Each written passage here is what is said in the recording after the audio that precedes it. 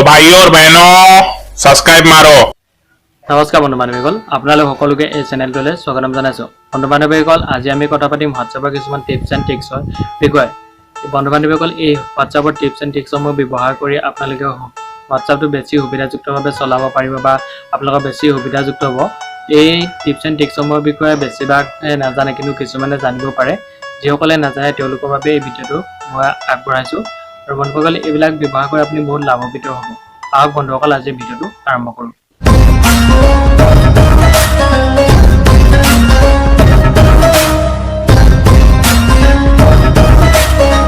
বন্ধু বান্ধৱীসকল হোৱাটছআপৰ প্ৰথমটো ট্ৰিক্স হ'ল আপোনালোকে কেনেকৈ কাৰোবাৰ মেছেজ চাব তেওঁ গম নাপাকে। অৰ্থাৎ বন্ধু বান্ধৱীসকল কেতিয়াবা কি হয়, কোনোবাই ধৰক মেছেজ দিলে আপোনাক, কিন্তু আপুনি তেওঁৰ মেছেজটো চাব বিচাৰিছে, কিন্তু আপুনি বেলেগ তেওঁক যিজনে মেছেজ দিলে তেওঁক জনাব বিচৰা নাই যে আপোনালৈ তাৰ মেছেজটো আপুনি চালে। কিন্তু এনেকুৱা সময়ত আপুনি কি কৰিব?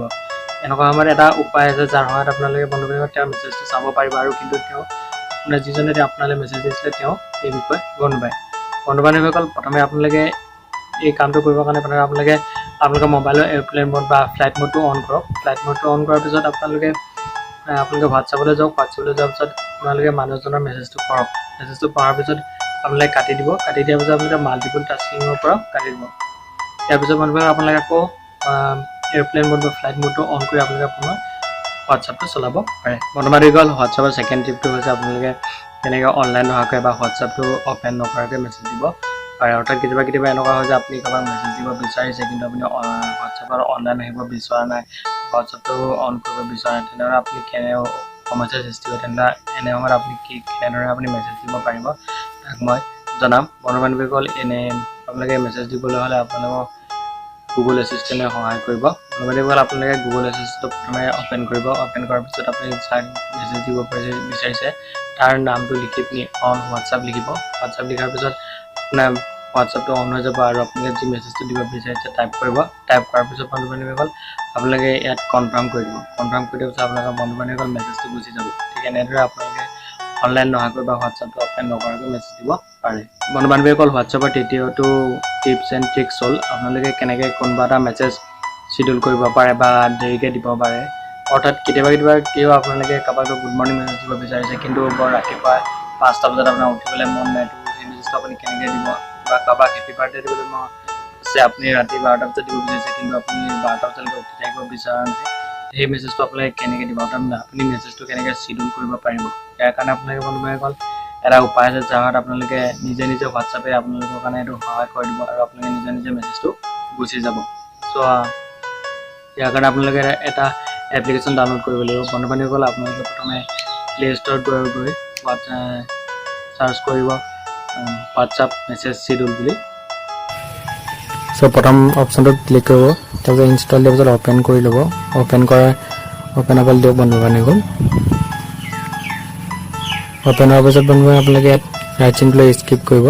স্কিপ কৰাৰ পিছত আপোনালোকৰ বাবে এটা একাউণ্ট নোখোলাকৈ হৈ যায় এইটো কাম কৰিবৰ কাৰণে। প্ৰথম হোৱাটছআপটো চিলেক্ট কৰিব। হোৱাটছআপৰ বাহিৰে আপোনালোকে SMS বা কলো কৰিব পাৰে, কিন্তু মই প্ৰথম হোৱাটছআপ কৰিম। হোৱাটছআপটো ক্লিক কৰি ডন কৰিব।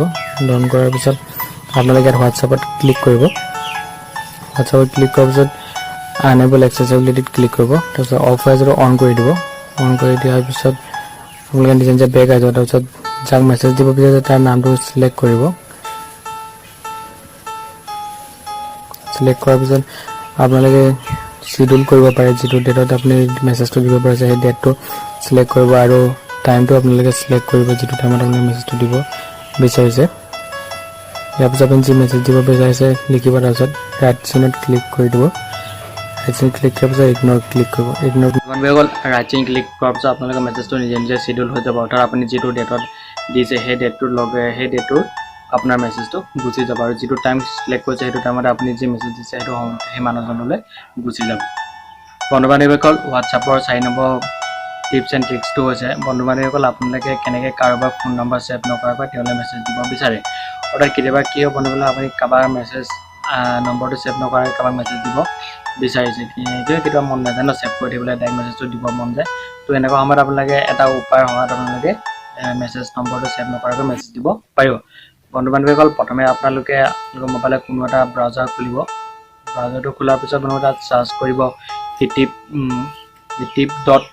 wa.me তাৰপিছত বন্ধু বান্ধৱীসকল আপোনালোকৰ নম্বৰটো লিখিব নম্বৰটো লিখাৰ পিছত বন্ধু বান্ধৱীসকল সাৰ্চ কৰি দিব সাৰ্চ কৰি দিয়াৰ পিছত বন্ধু বান্ধৱীসকল হোৱাটছআপলৈ মেছেজ দিবলৈ এটা অপশ্যন আহিব চাট বুলি এটা অপশ্যন আহিব চাটটোত ক্লিক কৰিব চাটটোত ক্লিক কৰাৰ পিছত আপোনালোকে মানুহজনক যি মেছেজ দিব বিচাৰে মেছেজটো দিব পাৰে সো এনেদৰে আপোনালোকে কোনো এটা নম্বৰ সেভ নকৰাকৈ মানুহজনক মেছেজ দিব পাৰে বন্ধু বান্ধৱীসকল হোৱাটছআপৰ 5 নম্বৰ টিপছ এণ্ড ট্ৰিক্সটো হৈছে আপোনাৰ গ্ৰুপৰ লগত জড়িত হৈছে আপোনালোকে সকলোৱে গ্ৰুপত সোমাই আছে অৰ্থাৎ হোৱাটছআপ চলালেতো প্ৰতিজন মানুহে গ্ৰুপত সোমাই থাকে তো আপোনালোকে নিবিচাৰে যে কোনো এজন মানুহে আপোনালোকৰ গ্ৰুপত হোৱাটছআপত সোমাই দিয়ক অৰ্থাৎ মানে যিকোনো মানুহে আপোনাক নিবিচাৰে যে য'তে ত'তে গ্ৰুপত সোমাই দিয়ক তো আপোনালোকে ইয়াৰ কাৰণে এটা হোৱাটছআপে অপশ্যন দিছে যাৰ আপোনালোকে কোনে আপোনাৰ গ্ৰুপত সোমাব পাৰিব তাৰহে এটা আপুনি পাৰমিশ্যন দি দিব পাৰে সো আপোনালোকে যাক বিচাৰিছে বোলে ইহে মোক গ্ৰুপত সোমাব তো আপোনালোকৰ তেওঁহে সোমোৱাৰ এটা পাৰমিশ্যন দিব পাৰে বাকী কোনোৱে আপোনালোকে তেতিয়া গ্ৰুপত সোমাব নাইবা যাৰ হোৱাত আপোনালোকে যিকোনো গ্ৰুপত য'তে ত'তে সোমাই থাকিবলগীয়া